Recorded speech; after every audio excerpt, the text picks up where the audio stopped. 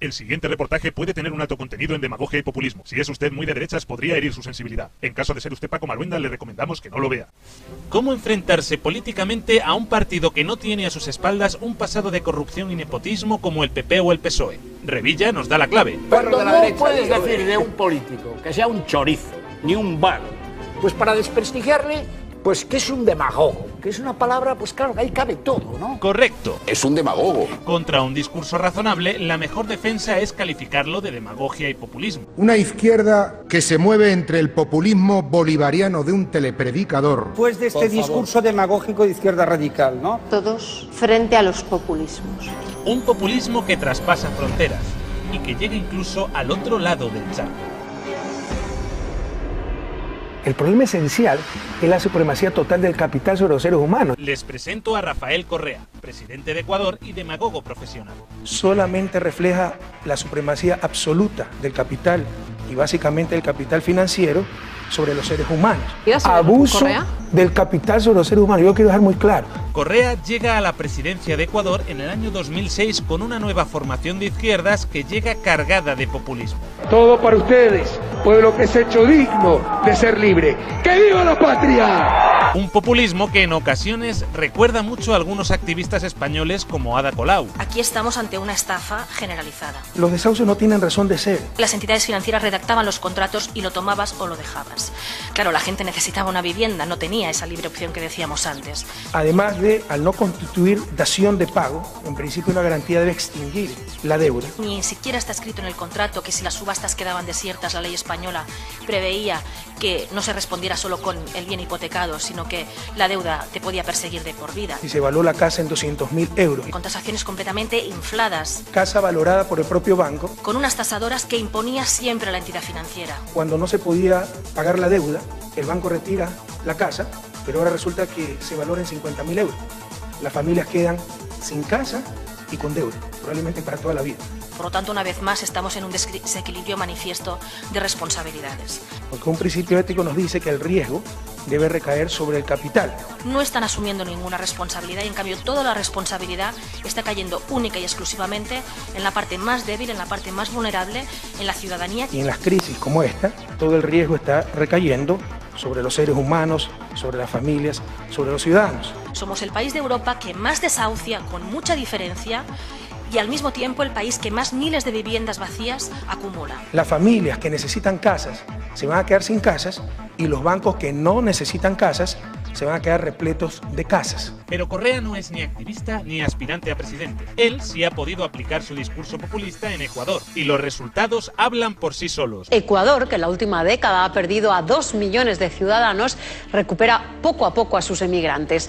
El plan Bienvenido a Casa les ofrece 20.000 puestos de trabajo en su país. Allí el paro está por encima del 4%, lejos de nuestro 26%. Con una tasa de paro del 4,6%, una de las más bajas de Latinoamérica, necesitan urgentemente mano de obra. España ha pasado de acoger y dar trabajo a migrantes ecuatorianos a ser los españoles los que migran a Ecuador ante la oferta de puestos de trabajo que hay allí para profesionales cualificados. Correa hizo crecer la economía de Ecuador al tiempo que reducía la pobreza. Y los datos económicos apuntan a un crecimiento en el último año del 5%. Logró reducir la pobreza en 12 puntos durante los últimos 5 años. Construyó hospitales, colegios, viviendas e infraestructura.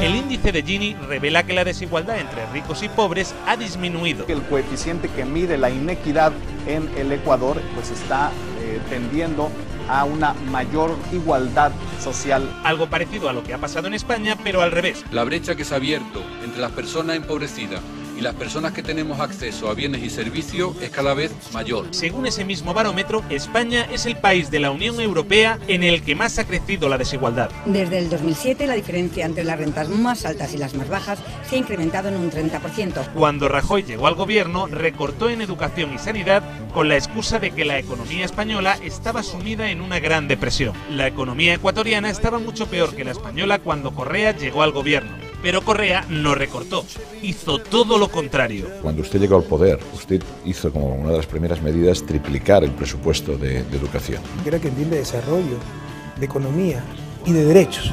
Porque la educación ante todo es un derecho, pero además obviamente tiene repercusiones en economía y en desarrollo por el talento humano, productividad, eficiencia. Eso es algo que hacen países ricos o que han hecho países ricos como Finlandia o Corea del Sur. ¿Y de dónde sale todo ese dinero? ¿Y de dónde tuvo que sacar, digamos, el presupuesto, ¿no? Además del petróleo, el presidente Correa aplicó algunas medidas que han sido propuestas en España con una profunda crítica por parte del PP y del PSOE. Queremos hacer una auditoría pública de la deuda y una reestructuración de la misma. Las aventuras de no devolver las deudas, que son del siglo XIX, Bravo, Murillo, etcétera, etcétera, nos llevó a este país a la hecatombe. Cuando yo escucho que la deuda debe no ser pagada, de lo que estamos hablando es de una situación absolutamente imposible que nos llevaría a una gran depresión como la que hubo en Estados Unidos en 1929. Entonces hay deudas que no son legítimas, queremos saber. ¿Sabes lo que pasaría si no pagamos la deuda? Que seríamos los apestados del mundo occidental, que nadie nos prestaría, que no teníamos relaciones comerciales con otros países, que no nos venderían coches. Para ser una medida tan terrible, a Ecuador no le ha ido nada mal. Lo que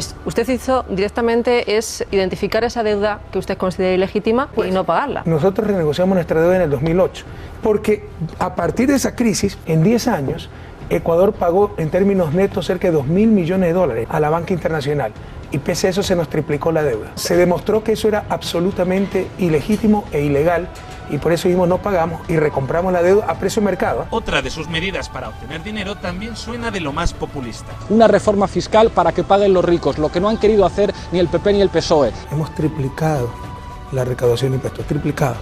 Y no aumentando impuestos, de hecho hemos eliminado o reducido muchos impuestos, ¿no? Es por eficiencia en la recaudación y lucha anticorrupción, se ha triplicado. El presidente Correa es una prueba palpable de que una política más justa no solo es viable, sino que además es mejor.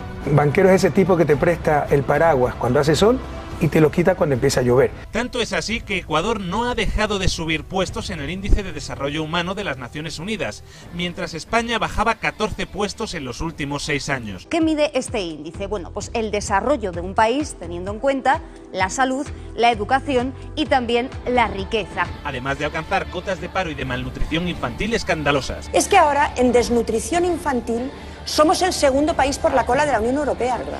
Todo esto mientras Ecuador prospera. Aquí va a estar la primera universidad científico-tecnológica experimental. Estos son los logros de un presidente demagogo y populista.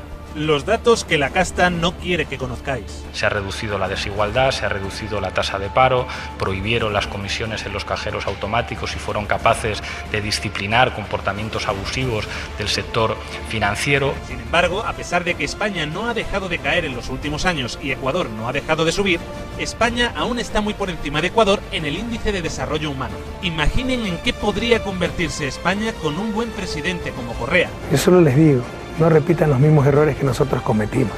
Esta crisis es calco y copia de la crisis de la deuda a inicio de los 80 en América Latina. El PP y el PSOE nos dirán que esto es una utopía, que el discurso es demagógico y populista, y están dispuestos a llegar más lejos aún con tal de no perder sus privilegios. Podemos está con el chavismo, está con el castrismo y está con ETA. Habrán oído relacionar a Podemos y a Pablo Iglesias o a la plataforma de afectados por la hipoteca y a Ada Colau con el terrorismo de ETA. Fue el apoyar a una manifestación a favor de los presos de ETA en Bilbao. Pablo Iglesias apoya a ETA, no lo digo yo, está en un vídeo. Ese grupo supuestamente en defensa de los desahucios, parece que tienen también ciertas inquietudes de apoyos a grupos filoetarras o proetarras. A Rafael Correa también se le ha querido relacionar con el terrorismo. Un video de él es el Mono Jojoy, uno de los máximos dirigentes de la organización de las FARC. El Mono de Jojoy asegura que le dio dinero en dólares a la campaña del presidente de Ecuador, Rafael Correa. Podemos tuvo que desmentir su relación con ETA. Podemos condena la actividad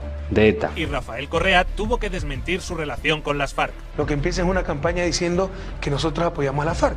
Por eso he dicho muy claramente, nos ponemos ante 1, 10, 100 detectores de mentira cada uno, para ver si yo conozco a alguien de la FARC, porque ni siquiera conozco a alguien de la FARC. La crítica es tan desmesurada que algunos medios incluso le llegaron a acusar de genocida. A esto le llamaron opinión. El dictador debería recordar, por último, esto es muy importante, que con el indulto en el futuro nuevo presidente, quizá enemigo suyo, podría llevarle a una corte penal por haber ordenado fuego a discreción y sin previo aviso contra un hospital lleno de civiles y gente inocente. ¿Le suena esto de algo? El señor Monedero y el señor Iglesias en unas condiciones X me matarían a mí, nos matarían a otra gente sin ningún problema. Matarían a gente y matarán a gente si tienen posibilidad de matar a gente y matarla gratis porque están en el poder o porque están cerca del poder o porque el poder les protege, matarán a gente también por cuestiones políticas. Ellos, no me cabe la menor duda. Y por supuesto, no podía faltar Venezuela.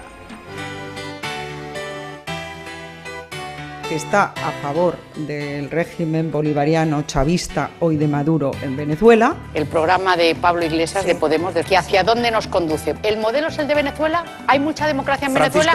Correa es un reconocido chavista. Seguiremos trabajando por tus sueños, por tus ilusiones. Hasta siempre, comandante Hugo Rafael Chávez Frías. El régimen cubano también es castrista. La no participación de Cuba es por el bloqueo de Estados Unidos. ¿Cómo América Latina del siglo XXI, con todos los procesos de integración, todos los avances, todavía aceptamos esa clase de bloqueo? Estaría muy bien que los Estados Unidos aflojaran el bloqueo para que se pudieran producir una serie de cambios políticos en Cuba que todos deseamos. Sin embargo, Ecuador no se ha convertido en una dictadura, ni en un régimen totalitario, ni han pasado todas esas gilipolleces que Esperanza Aguirre o Germán Terch dicen que pasarían en España si gobernara un partido como Podemos. Y ya que estamos con comparaciones, vean cómo Correa no parece tener miedo a los medios de comunicación. Le agradecemos mucho el tiempo que ha Anita dedicado. Pastor? ¿Perdón? ¿Qué pasó con Anita Pastor? ¿Ah? Ya no está. En España no teme enfrentarse a periodistas incisivas como Ana Pastor. En un Estado de Derecho, mi querida Anita. No estoy acostumbrada ni a responder preguntas en las entrevistas ni a que me llamen Anita, ya se lo digo. Y vean este fragmento de entrevista en Guayaquil con la periodista Tania Tinoco. Creo que la opinión o la percepción que hay es que usted no está cumpliendo con la ciudad. Está utilizando dinero de su bolsillo, pero está utilizando los recursos del Estado. ¿Me puede decir en qué estoy utilizando los recursos del Estado? Por ejemplo, no yo creo que para la gente es obvio que se utilizan recursos del Estado. Demuéstrenmelo. Ya el hecho de que vayan personas con carteles del sí, es muy difícil creer que todas esas personas que están allí es gratis. Yo sí puedo percibir lo que pasa también, señor presidente. No solamente usted se vuelve un presidente intolerante. Os invito a verla entera en YouTube para que podáis comprobar que ningún presidente de gobierno español habría aguantado una entrevista así. Quizá Correa no tenga miedo a los medios porque tiene la conciencia tranquila, porque sabe que lo está haciendo bien. Nada que ver con nuestro actual presidente de España, Mariano Rajoy. Permaneceré en un lugar seguro y me relacionaré con el mundo de este modo. Acostumbraba a dar ruedas de prensa escondido detrás de un plasma, normalmente sin preguntas. A ver, venga, uno y nos vamos. Y cuando acepta preguntas, responde así. La segunda ya tal. Es comprensible. Cuando uno tiene tanto que callar, se esconde detrás de un plasma. ¿Pero qué sabré yo? A fin de cuentas, no soy más que un demagogo y un populista. Y un pelín filoetarra. Aquí está la venganza de la revolución ciudadana, tanta infamia. Nuestra venganza personal es la escuela Bosco Bizuma. Nuestra venganza personal es el puente sobre el majestuoso Napo, en Coca. Nuestra venganza personal es el aeropuerto de Tena, el hospital del Puyo, la troncada amazónica con al menos 5 ramales de unión con la sierra y con la costa. Todas obras antes impensables en la Amazonía. Nuestra venganza personal es la Universidad Iquian. Las becas para nuestros jóvenes, los estudiantes amazónicos preparándose en medicina en Cuba. Es esta maravillosa comunidad del milenio. Por supuesto que juntos podemos.